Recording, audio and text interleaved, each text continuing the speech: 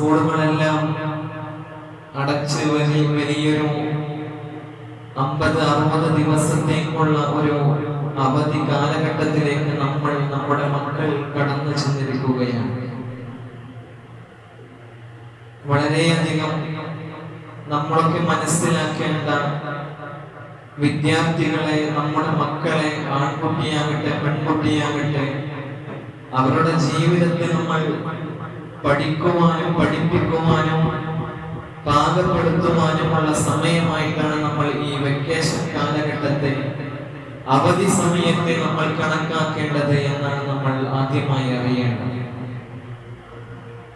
ഔലാദുക്കും ഹിബത്തുല്ലാഹി ലക്കും എന്നാണ് പരിശുദ്ധ പ്രവാചകൻ നബി മുഹമ്മദ് മുസ്തഫ സല്ലല്ലാഹു അലൈഹി വസല്ലം തങ്ങൾ പറഞ്ഞത്. നിങ്ങളുടെ സന്താനങ്ങൾ അത് നിങ്ങൾക്ക് അല്ലാഹു നൽകിയ സമ്മാനമാണ്, അമാനത്താണ് എന്ന് മഹാനായ അഷ്റഫുൽ ഖൽഖ് മുഹമ്മദ് മുസ്തഫ സല്ലല്ലാഹു അലൈഹി വസല്ലം തങ്ങൾ പറയുന്നു. ഒരു കുട്ടിയോട് എങ്ങനെ പെരുമാറണം, അവനോട് എങ്ങനെ സ്നേഹം കാണിക്കണം, അവനെ ഏത് വിധേന പെരുമാറണം എന്ന് പഠിപ്പിച്ച, അതൊന്നും പാഠമില്ലാത്ത 6-ാം നൂറ്റാണ്ടിന്റെ ആ കാലിക ലോകത്തോട് പ്രവാചകൻ സല്ലല്ലാഹു അലൈഹി വസല്ലം തങ്ങൾ ജീവിച്ച് പഠിപ്പിച്ചു കൊടുത്ത പ്രവാചകനാണ്.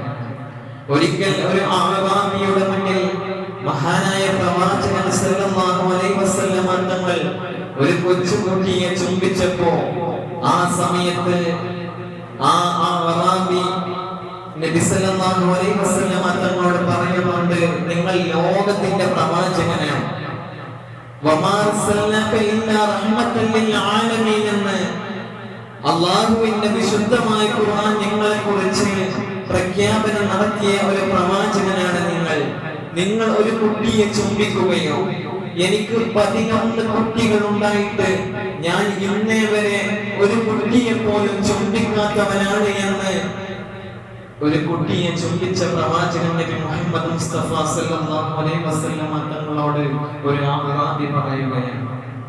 എന്റെ പ്രിയപ്പെട്ടവരെ, ഒരു കുട്ടിയെ എങ്ങനെ, പിന്നീട് നമുക്കറിയാം ഹസൻ റളിയല്ലാഹു അൻഹുവിനെയൊക്കെ, ഹുസൈൻ റളിയല്ലാഹു അൻഹുവിനെ, അവിടുത്തെ ഫാത്തിമ റളിയല്ലാഹു അൻഹയൊക്കെ ജീവിതത്തിന്റെ ഏത് ഘട്ടത്തിലും ചേർത്ത് പിടിച്ച പ്രവാചകനെയാണ് നമുക്ക് കാണാൻ കഴിഞ്ഞിട്ടുള്ളത്. നമസ്കാരത്തിൽ പോലും ഹസൻ റളിയല്ലാഹു അൻഹും ഹുസൈൻ റളിയല്ലാഹു അൻഹും സ്വന്തം വല്ലിപ്പയുടെ ചുമലിലും മുതുകിലും കയറി നമസ്കാരത്തിന്റെ സന്ദർഭത്തിൽ പോലും കഴിക്കുന്ന ആ രാവുകളെയാണ് വാത്സല്യത്തിന്റെ പേമാരികൾ പെയ്തിറങ്ങുന്ന കവികൾ പലപ്പോഴും അറബി കവിതകളിലൂടെ പാടി പുകഴ്ത്താറുള്ളത്. നബി എല്ലാവരുടെയും പ്രവാചകനായിരുന്നു.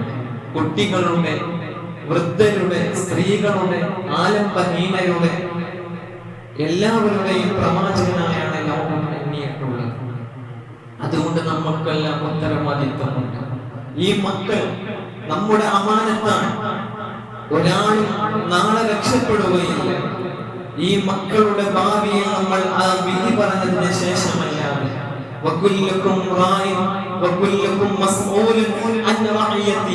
ഈ മക്കൾ നമ്മുടെ ഉത്തരവാദിത്തമാണ്, അമാനത്താണ്. ഈ മക്കൾ നമ്മൾ എങ്ങനെയാണ് വളർത്തിയത്, അവന് വേണ്ട വിദ്യാഭ്യാസം നമ്മൾ നിർണിതമായി നൽകിയോ?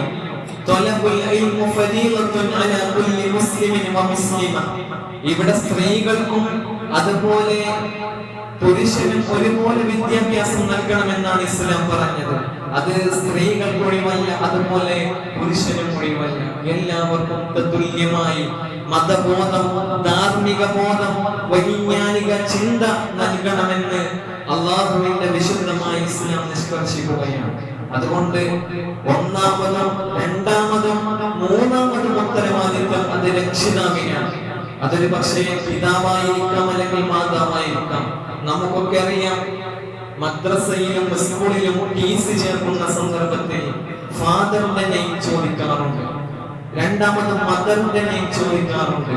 എന്നാൽ അതിനപ്പുറം രക്ഷിതാവ് ആരാണ്, ഈ കുട്ടിയെ ചിട്ടയോടെ വളർത്തുമെന്ന് ആജ്ഞ പ്രകടിപ്പിച്ചവർ ആരാണ് എന്ന ചോദ്യം നമ്മുടെ സൈറ്റുകളിലും ഈ രജിസ്ട്രേഷൻ സർട്ടിഫിക്കറ്റുകളും നമുക്ക് അത് മതരംഗത്താകട്ടെ ഭൗതിക രംഗത്താകട്ടെ ഈ ഒരു സർട്ടിഫിക്കറ്റ് അള്ളാഹുവിന്റെ മുന്നിലുണ്ട്. ഈ കുട്ടിയുടെ രക്ഷിതാവാരാണ്? അതൊരു പക്ഷെ മാതാവായിരിക്കാം, അല്ലെങ്കിൽ പിതാവായിരിക്കാം. അത് നമ്മൾ ചോദിച്ചുകൊണ്ട് തന്നെ കുട്ടിയെ ചേർക്കണമെന്നാണ് നമ്മുടെ മതനിയമം പറയുന്നത്. ഒരു പക്ഷേ ഭാവിയിൽ ഈ കുട്ടിക്ക് എന്തെങ്കിലും പ്രശ്നങ്ങൾ വന്നാൽ, ഇവന്റെ മതരംഗത്ത് ഭൗതിക രംഗത്ത് ഇവന്റെ ജീവിത ഘട്ടത്തിൽ പ്രയാസങ്ങൾ പ്രലോഭനങ്ങൾ കടന്നു വന്നാൽ അതിന് ഉത്തരവാദി ആരാണ്? ഈ രക്ഷിതാവായി ഈ സർട്ടിഫിക്കറ്റിൽ സൈൻ ചെയ്തത് അവനായിരിക്കും അതിന്റെ പൂർണ്ണ ഉത്തരവാദിത്വം എന്ന് റൂൾ ഉള്ളത് കൊണ്ടാണ്. അതുകൊണ്ട് എന്റെ പ്രിയപ്പെട്ടവരെ, നമ്മുടെ മക്കളെ നമ്മൾ വളർത്തുന്നതിൽ വളരെയധികം ശ്രദ്ധിക്കണം.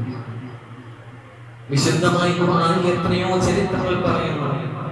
ഓരോ നബിമാരും, നൂഹ് നബി അലൈഹിസ്സലാം തന്റെ മകനെ സതുപദേശിച്ച സംഭവം, അതുപോലെ ലുഖ്മാൻ ഹക്കീം റളിയല്ലാഹു അൻഹു തന്റെ മകനോട് പറഞ്ഞു കൊടുക്കുന്ന ഒരു 14 സതുപദേശങ്ങൾ, അത് അങ്ങനെ തന്നെ ഒരു സൂറത്തിന്റെ പ്രധാന ആയത്തുകളായി തന്നെ അവതരിക്കുകയാണ് ഉണ്ടായത്. ലുഖ്മാൻ ഹക്കീം റളിയല്ലാഹു അൻഹു തന്റെ മകന് നൽകുന്ന സതുപദേശം. അതുകൊണ്ട് മക്കൾ നന്നാകാൻ പ്രാർത്ഥിക്കുക എന്നുള്ളതാണ് ആദ്യം. നിങ്ങൾ നോക്കൂ, മക്കൾ നമ്മുടെ ആ സൗഭാഗ്യത്തിന്റെ വിലയറിയണമെങ്കിൽ എത്രയോ ഉമ്മമാർ ഉപ്പമാർ ദാമ്പത്യവരിയിൽ ആ വിരിയുന്ന മക്കളുടെ സൗഭാഗ്യമില്ലാതെ എത്രയോ ചികിത്സ നടത്തി, അല്ലെങ്കിൽ എത്രയോ ദുആകൾ മജ്ലിസുകൾ ദുആ ചെയ്യാൻ വേണ്ടി നസീഹത്തുകൾ നൽകുന്ന ഒരുപാട് ഉമ്മമാർ ഉപ്പമാർ നമ്മൾ കാണുന്നു. അവിടെയാണ് നമ്മുടെ മക്കളുടെ വാല്യൂ, മക്കൾ നമുക്ക് എത്രത്തോളം പ്രധാനമാണ് എന്ന് പ്രിയപ്പെട്ട ഉപ്പമാരെ നമ്മൾ മനസ്സിലാക്കേണ്ടത്. മക്കൾ നമ്മുടെ സമ്പത്ത്, അതൊക്കെ ഈ ലൗകിക ജീവിതത്തിന്റെ ഈ ലോകത്തിന്റെ സൗന്ദര്യമാണ്. പക്ഷേ അതിനപ്പുറം നബി സല്ലല്ലാഹു അലൈഹി വസല്ലം തങ്ങൾ പറഞ്ഞു, ഇൻഖതാ അമലഹു ഇല്ലാ മിൻ സലാം. ഈ കാണുന്ന സൗന്ദര്യമാകട്ടെ സമ്പത്താകട്ടെ എല്ലാം അവസാനിക്കും, പക്ഷേ ഇല്ലാ മിൻ സലാം, 3 കാര്യം ഒഴികെ. അതിൽ പറഞ്ഞതാണ് വലതുന സ്വാലിഹുൻ യദൂല. അതുകൊണ്ട് മക്കൾ ഈ ലോകത്ത് മാത്രം അവശേഷിക്കേണ്ടവരല്ല. ഇവിടെ നിന്ന് നമ്മുടെ ബർസഖിയായ നമ്മുടെ മഹ്ശർ ആരംഭിക്കുന്ന ആ ഖബർ മുതൽ നമ്മുടെ പരലോകം സ്വർഗ്ഗത്തിൽ പ്രവേശിക്കുന്നത് വരെ നമ്മുടെ മക്കൾ നമ്മോടൊപ്പം ഉണ്ടാകണമെന്നാണ് മഹാനായ അഷ്റഫുൽ ഖൽഖ് മുഹമ്മദ് മുസ്തഫ സല്ലല്ലാഹു അലൈഹി വസല്ലം തങ്ങൾ സൂചിപ്പിക്കുന്നത്. അതുകൊണ്ട് മക്കളുടെ പരിപാലനം വളരെ വിലയേറിയതാണ്. അതിന് നമ്മൾ പ്രതിജ്ഞ ചെയ്യണം. നമ്മുടെ മക്കൾ ആരാകണമെന്നതിൽ അതിന്റെ മെയിൻ റോൾ, ആദ്യവും തുടക്കവും 1, 2, 3 അത് രക്ഷിതാവാണ്. ഞാൻ പറഞ്ഞതുപോലെ തന്നെ. അതുകൊണ്ട് എന്റെ പ്രിയപ്പെട്ട ഉപ്പമാരെ സൂചിപ്പിക്കാനുള്ളത്, ഇനി ഒരു 60 ദിവസം വെക്കേഷന്റെ സമയമാണ്, അവധി ദിവസമാണ്. ഒരു പക്ഷേ ഈ സമയത്ത് നമ്മുടെ കുട്ടിയുടെ ഗതി നിർണ്ണയിക്കുന്ന സന്ദർഭമായിരിക്കാം.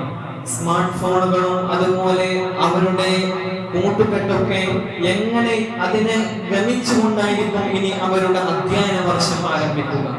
നമുക്കറിയാം, മാനസിക ഡിപ്രഷൻ കുട്ടികളിൽ വളർന്നു വരുന്നത് എന്തുകൊണ്ടാണ്? അവർക്ക് ഈ 60 ദിവസത്തിന് മുമ്പ് അവർക്ക് അധ്യയന സമയത്ത് ഫോണില്ല.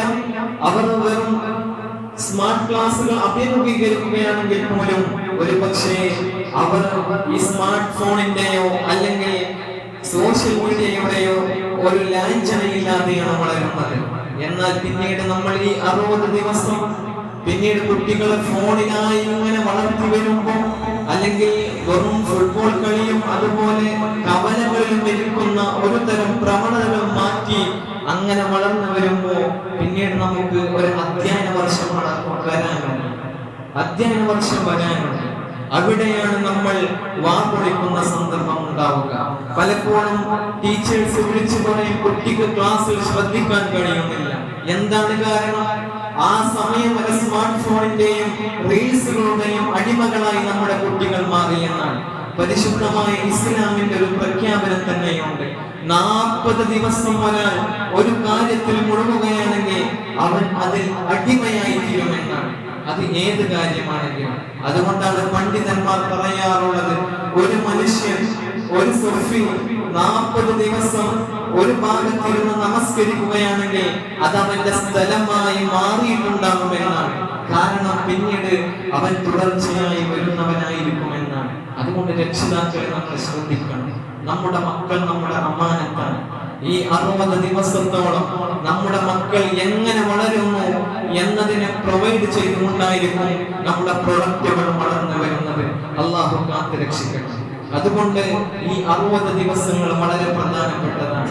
സ്ക്രീൻ ഇല്ലാത്ത ഒരു ലോകത്തേക്കായിരിക്കും ഒരു പക്ഷേ കിതാബുകളുടെയും അതുപോലെ പുസ്തകങ്ങളുടെയും ചട്ടകൾ നോക്കി പഠിക്കുന്ന ബാല്യകാലമാണ് നമ്മിലേക്ക് ഈ അധ്യയന വർഷത്തിൽ കടന്നു വരുന്നത്. അപ്പോൾ ഈ സ്മാർട്ട് ഫോണിലും അതുപോലെ നമ്മുടെ ഗ്രൗണ്ടുകളിലും ഇതിങ്ങനെ അഡിക്റ്റായി അങ്ങനെ കടന്നു വരുമ്പോൾ അവർക്ക് മാനസിക സമ്മർദ്ദം കടന്നു വരാനുള്ള സാധ്യത കൂടുതലാണെന്ന് ആധുനിക സയൻസ് തന്നെ പറയുന്ന കാര്യമാണ്. അതുകൊണ്ട് കുറച്ച് മുൻകരുതലുകൾ നമ്മൾ സൂക്ഷിക്കണം. അതിൽ ഒന്നാമതായി ഈ കാര്യം തന്നെയാണ് നമ്മൾ പ്രതിജ്ഞ എടുക്കുക, ദുആ ചെയ്യുക. അല്ലാഹുവേ, എന്റെ മകനെ സ്വാലിഹായി വളർത്തണേ എന്ന്. എന്റെ പ്രിയപ്പെട്ടവരെ, നമ്മുടെ മക്കൾ നമ്മളോടൊപ്പം ഉണ്ടാവുന്ന സന്ദർഭമാണ്. അതോടൊപ്പം തന്നെ മറ്റൊരു കാര്യം, മക്കളോടൊപ്പം ജമാഅത്ത് നമസ്കരിക്കാൻ ശ്രദ്ധിക്കണം. ജമാഅത്തായി നമസ്കരിക്കാൻ ശ്രദ്ധിക്കുക. എന്തുകൊണ്ട് നമ്മുടെ ഉമ്മമാരും നമ്മുടെ വീട്ടിൽ ഒരുമിച്ച് കൂടുമ്പോൾ എല്ലാവരെയും കൂട്ടി ഒരു ജമാഅത്ത് നമസ്കരിക്കാൻ, അതിലേറെ നല്ലത് ആൺകുട്ടികളാണെങ്കിൽ പള്ളിയിലേക്ക് പറഞ്ഞേക്കാൻ ശ്രദ്ധിക്കുക എന്നുള്ളതാണ്. അല്ലെങ്കിൽ പെൺകുട്ടികൾ ഉണ്ടായിരിക്കാം, മുതിർന്ന ക്ലാസ്സിലൊക്കെ പഠിക്കുന്ന. ഇന്നൊക്കെ നമ്മുടെ മദ്രസ വളരെ ഡിജിറ്റൽ സംവിധാനത്തിൽ വളർന്നുകൊണ്ടിരിക്കുകയാണ്. സ്മാർട്ട് ക്ലാസ് റൂമുകൾ എങ്ങനെയാണ് വുളൂ ചെയ്യേണ്ടത് എന്ന് കാണിച്ചു കൊടുത്ത് പഠിപ്പിക്കുന്ന കാലഘട്ടമാണ്. അതുകൊണ്ട് അത് അറിയാത്തവരായി ഉണ്ടാകണമെന്നില്ല. അതുപോലെ നിസ്കാരം അത് ഒരു പക്ഷേ പരീക്ഷയ്ക്ക് പോലും അത് പ്രാക്ടിക്കലായി ചെയ്ത് കാണിച്ചാലാണ് അവർക്ക് മാർക്ക് ലഭിക്കുന്ന ഒരു പുതിയ സിലബസ് പരിഷ്കരണമാണ് നിലവിൽ ഇപ്പോൾ ഉള്ളത്. അതുകൊണ്ട് നമുക്കറിയാം, ഈ കാണുന്ന വുളൂഇന്റെ വിഷയമാണെങ്കിലും അതുപോലെ നമസ്കാരത്തിന്റെ വിഷയമാണെങ്കിലും ഒരു 7ാം ക്ലാസ്സിലും 8ാം ക്ലാസ്സിലും 6ാം ക്ലാസ്സിലും ഒക്കെ പഠിക്കുന്ന ഒരു വിദ്യാർത്ഥിനിക്ക് അറിയാത്തതായി ഈ കാലഘട്ടത്തിൽ പ്രൊവൈഡ് ചെയ്യുന്നില്ല. കാരണം കരിക്കുലം അത്രത്തോളം സിമ്പിളും സാങ്കേതികവുമായി വളർന്നിരിക്കുകയാണ്. അതുകൊണ്ട് നമ്മുടെ ഉമ്മമാർക്കൊക്കെ ഇമാമത്ത് നിൽക്കാൻ നമ്മുടെ പെൺകുട്ടികളെ സന്നദ്ധരാക്കണം. സംശയങ്ങളുണ്ടെങ്കിൽ അവിടെയാണ് നമ്മുടെ സ്മാർട്ട് ഫോണുകൾ ഉപയോഗിക്കേണ്ടത്. എത്ര ക്ലാസ്സുകളാണ് നമ്മുടെ യൂട്യൂബ് ചാനലിലൂടെ ലൈവായി നമുക്കിങ്ങനെ ലോകത്തിന് മുന്നിൽ വിവരണം ചെയ്യുന്നത് എന്ന് നമ്മൾ മനസ്സിലാക്കേണ്ടതുണ്ട്. അതുകൊണ്ട് ജമാഅത്തായി നമസ്കരിക്കാൻ രക്ഷിതാക്കളെ നമ്മൾ സന്നദ്ധരാക്കേണ്ടതുണ്ട്. ആൺകുട്ടികളാണെങ്കിൽ അവർ പള്ളിയിലേക്ക് വരട്ടെ, പള്ളിയിലേക്ക് കടന്നു വന്ന് ജമാഅത്തുകൾ 5 വക്ത് നമസ്കാരത്തിനും അവർ കഴിയുമെങ്കിൽ അതിന് തന്നെ അവരെ തൽപരനാക്കണമെന്നാണ് അറിയിക്കാനുള്ളത്. അതുപോലെ തന്നെ മറ്റൊരു കാര്യമാണ് നമ്മിൽ മറന്നു പോകുന്ന വായനാശീലം. നമ്മുടെ സ്മാർട്ട് ഫോണുകൾ കടന്നു വന്നപ്പോൾ കേവലം അതിൽ കാണുന്നത് മാത്രമായി നമ്മൾ ചുരുങ്ങുകയാണ്. അതിനപ്പുറം നമ്മൾ വായനാശീലം വളർത്തണം. ഒരു ദിവസം 1-2 പുസ്തകങ്ങൾ കേവലം വായിക്കാനെങ്കിലും, അത് ആനുകാലികമാകട്ടെ രാഷ്ട്രീയമാകട്ടെ അവന്റെ ചിന്താശേഷി വളർത്തുന്നതാവട്ടെ, ആ കുട്ടിയുടെ ഭാവിക്ക് ഉതകുന്ന ഏത് മേഖലയാണെങ്കിലും കാലഘട്ടത്തിന്റെ ചുവരെഴുത്തുകൾ വായിക്കാൻ കഴിയുന്ന ഒരുപാട് പുസ്തകങ്ങൾ, ലക്ഷക്കണക്കിന് കോപ്പികൾ ഇന്ന് ലോകത്തിൽ ഇങ്ങനെ പ്രൊവൈഡ് ചെയ്തുകൊണ്ടിരിക്കുകയാണ്. അതുകൊണ്ട് മക്കളെ ലാംഗ്വേജിന്റെ ഭാഗമാണെങ്കിൽ അങ്ങനെ, മതത്തിന്റെ ഭാഗമാണെങ്കിൽ അങ്ങനെ, നന്മയിലേക്ക് ഏത് തെളിക്കുന്നുണ്ടോ അത്തരം രചനകളൊക്കെ ഒരു പക്ഷേ ചെറിയ കുട്ടികൾക്കൊക്കെ ചിത്രങ്ങളുള്ളതായിരിക്കാം, അത് അങ്ങനെ തന്നെ വളർത്തണം എന്റെ പ്രിയപ്പെട്ടവരെ. അതുകൊണ്ട് വായനാശീലമുള്ളവരാക്കാൻ നമ്മൾ അവരെ സപ്പോർട്ട് ചെയ്ത് ശ്രമിക്കേണ്ടതുണ്ട്. അതുകൊണ്ട് തന്നെ മറ്റൊരു കാര്യമാണ്, നമുക്കറിയാം തഹജ്ജുദിന്റെ സമയം. നമ്മളൊക്കെ റമളാനിന്റെ പുണ്യമായ രാവുകളിൽ അലാറം സെറ്റ് ചെയ്തവരായിരുന്നു. തഹജ്ജുദിന് സുബ്ഹിക്ക് വേണ്ടി പള്ളിയിലേക്ക് വരാൻ വേണ്ടി അതാരും മാറ്റരുത് എന്ന് നാം പറഞ്ഞിരുന്നു. അത് അങ്ങനെ തന്നെ തുടർന്ന് പോകുമ്പോ നമുക്കറിയാം, ഇപ്പോ കുട്ടികൾക്കൊക്കെ പകൽ സമയം ഒഴിവുള്ള സമയമാണ്. അതുകൊണ്ട് മുതിർന്ന കുട്ടികളൊക്കെ ഉണ്ടെങ്കിൽ, മദ്രസയിൽ പഠിക്കുന്ന മുതിർന്ന കുട്ടികളുണ്ടെങ്കിൽ അവരെയൊക്കെ തഹജ്ജുദിന് വേണ്ടി ശീലിപ്പിക്കാൻ നമുക്ക് കഴിയും എന്നുള്ളതാണ് എൻ്റെ പ്രിയപ്പെട്ടവരെ നമ്മൾ മനസ്സിലാക്കേണ്ടത്. അതുപോലെ മറ്റൊരു കാര്യമാണ് സുന്നത്ത് നമസ്കാരങ്ങൾ. നമസ്കാരം, ഫർള് നമസ്കാരത്തിനോടൊപ്പം ഒരു കുട്ടി എങ്ങനെ വളരുന്നു എന്നതിനെ സൂചിപ്പിക്കുന്ന പ്രധാനമാണ് അവന്റെ നമസ്കാരവും അച്ചടക്ക ബോധവും. അതിൽ നമ്മൾ മനസ്സിലാക്കേണ്ടത് സുന്നത്ത് നമസ്കാരങ്ങൾ, ളുഹറിന് മുമ്പുള്ള, ശേഷമുള്ള, അസ്റിന് മുമ്പുള്ള, അതുപോലെ മഗ്രിബിന് ശേഷമുള്ള സുന്നത്ത് നമസ്കാരങ്ങളൊക്കെ ശീലമാക്കാൻ നമ്മൾ ശ്രമിക്കണം.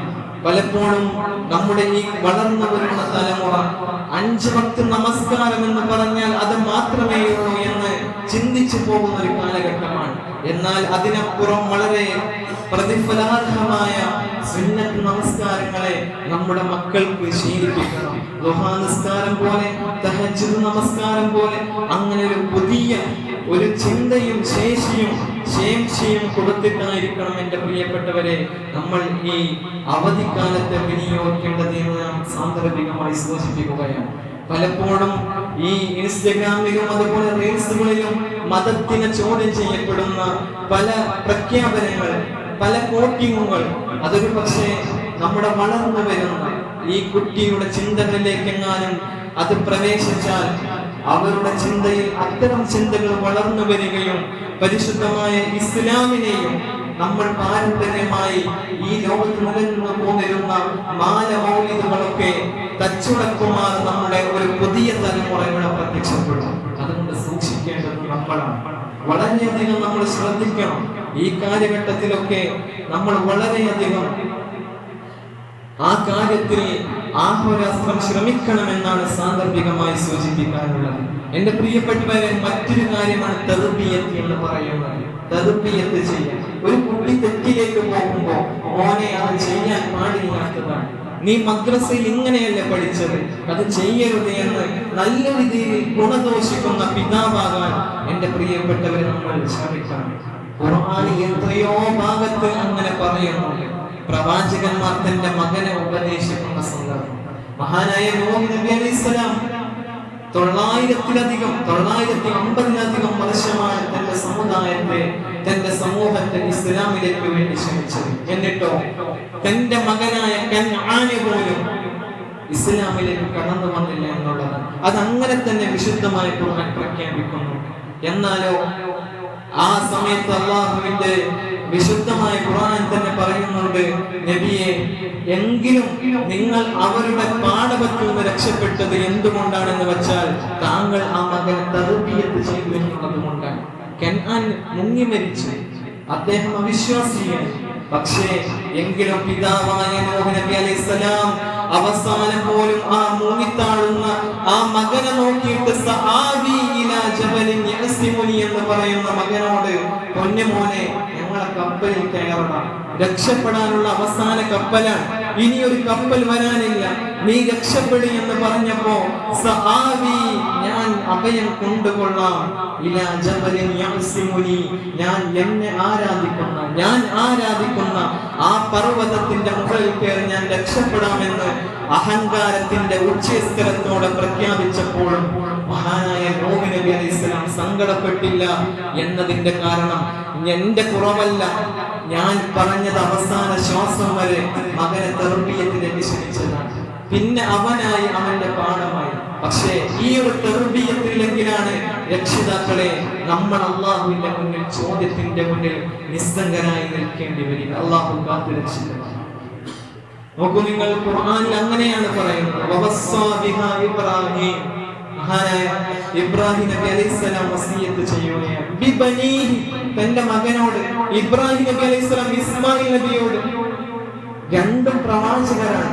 എന്റെ പ്രിയപ്പെട്ടവരെ, നോക്കൂ നിങ്ങൾ, അതാണ് ഒരു പിതാവിന്റെ കർത്തവ്യമാണ്. അവിടെ നമ്മൾ പ്രായം നോക്കരുത്. നിസ്കരിക്കാൻ സമയമായ തന്റെ മകനോട് ചോദിക്കണം, നീ നിസ്കരിച്ചോ എന്ന് ചോദിക്കാനുള്ള ത്രാണി പിതാക്കന്മാരായ നമുക്ക് വേണം. അങ്ങനെയാണ് ഒരു ഉത്തമ സമൂഹം നമ്മിൽ കടന്നു വരികയാണ്. ഇവിടെ നോക്കൂ നിങ്ങൾ,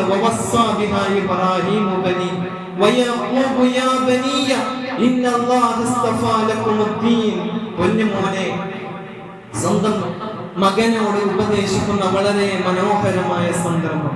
അതുകൊണ്ട് എൻ്റെ പ്രിയപ്പെട്ടവരെ, വളരെ ശ്രദ്ധിക്കേണ്ട പ്രധാനമായ സൂചനകളാണ് വിശുദ്ധമായ ഖുർആൻ പറഞ്ഞത്. അതുപോലെ അവരോടൊപ്പം യാത്ര പോകണം, അവരുടെ മനസ്സറിയാൻ, അവരുടെ സഞ്ചാരപഥങ്ങളിൽ നമ്മൾ ഒത്തുചേരണം, അതുപോലെ കുടുംബ ബന്ധങ്ങളിലേക്ക് ഇറങ്ങണം.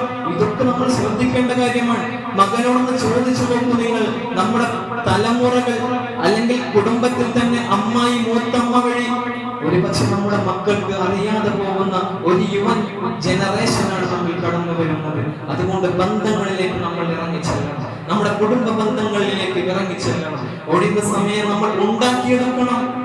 അതിനപ്പുറം നമ്മുടെ ഖബർസ്ഥാനികൾ അന്ത്യവിശ്രമം കൊള്ളുന്ന നമ്മുടെ മാതാപിതാക്കൾ, വല്യപ്പമാർ കൈപിടിച്ച് പോകുമ്പോ, നാളെ നമ്മൾ മരണപ്പെട്ട് കിടക്കുമ്പോ ആ കുഞ്ഞുമോൻ ഇന്നലെ എന്റെ പിതാവ് എന്നെ കൂട്ടി വന്നത് എനിക്ക് മാർഗദർശനം ചെയ്തതാണ്. അതുകൊണ്ട് ആ മകൻ വളർന്നു വലുതാവുമ്പോ അവനും അവന്റെ മകനെ കൂട്ടി പേരക്കിടാവിനെ കൂട്ടി നമ്മുടെ കബറിടങ്ങളിലേക്ക് ദുആ ചെയ്യുന്ന ആ മനോഹരമായ ആ അല്ലാഹുവിന്റെ പ്രവാചകൻ സല്ലല്ലാഹു അലൈഹി വസല്ലമ തങ്ങൾ പറഞ്ഞ വലദൻ സ്വാലിഹുൻ യദഊലഹു എന്ന് പറയുന്ന ആ പ്രഖ്യാപനത്തിന് നമുക്ക് സാക്ഷിയാകാൻ കഴിയും. എന്റെ പ്രിയപ്പെട്ടവരെ, അങ്ങനെയാകാൻ കഴിയും.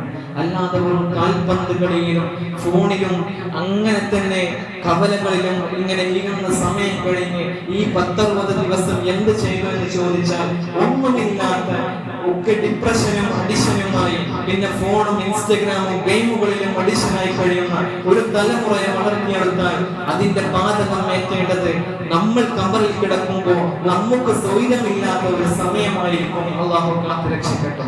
അതുകൊണ്ട് അതിനുള്ള സമയമാണ്. ചിന്തിക്കണം. നമ്മുടെ മക്കൾ പ്രത്യേകിച്ച് നമസ്കാരത്തിന്റെ കാര്യങ്ങളിൽ വെറും ഒരു കുട്ടിക്കളിയായി യുവതലമുറ കടന്നു പോവുക. വെറും റീൽസുകളാണ് ജീവിതമെന്ന്, അതാണ് റിയൽ ലൈഫ് എന്ന് ചിന്തിക്കുകയാണ്. റീൽസുകൾ റിയൽ അല്ല എന്ന് പറഞ്ഞു കൊടുക്കാനുള്ള പ്രഖ്യാപനമാവണം. അതിനാണ് പള്ളികളിലേക്ക് കടന്നു വരുമ്പോൾ നമ്മുടെ ഈമാനിനെ ഇൻജക്ട് ചെയ്യാനുള്ള അവസരമാണ്. ഇത് നമ്മൾ പ്രൊവൈഡ് ചെയ്യുമ്പോൾ നമ്മുടെ കുട്ടികൾ അങ്ങനെയുള്ള പ്രൊഡക്റ്റുകളായി മാറും.